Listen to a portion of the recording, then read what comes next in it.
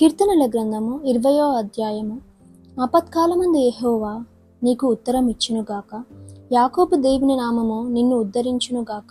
పరిశుద్ధ స్థలములో నుండి ఆయన నీకు సహాయము చేయునుగాక. సియోనులో నుండి నిన్ను ఆదుకొనుగాక. ఆయన నీ నైవేద్యములన్నిటినీ జ్ఞాపకము చేసుకొనుగాక. నీ దహన బలులను అంగీకరించునుగాక. నీ కోరికను సిద్ధింపజేసి నీ ఆలోచన యావత్తును సఫలపరచునుగాక. యెహోవా, నీ రక్షణను బట్టి మేము జయోత్సవము చేయుచున్నాము. మా దేవుని నామమును బట్టి మా ధ్వజము ఎత్తుచున్నాము. నీ ప్రార్థనలన్నీయు యెహోవా సఫలపరచునుగాక. యెహోవా తన అభిషిక్తుని రక్షించునని నాకిప్పుడు తెలియను.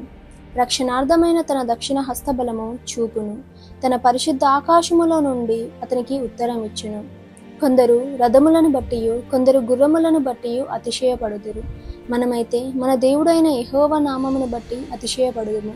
వారు కృంగి నేల మీద పడి ఉన్నారు. మనము లేచి చక్కగా నిలుచుచున్నాము. యెహోవా రక్షించుము. మేము మొరపెట్టినప్పుడు రాజు మాకు ఉత్తరం ఇచ్చునుగాక.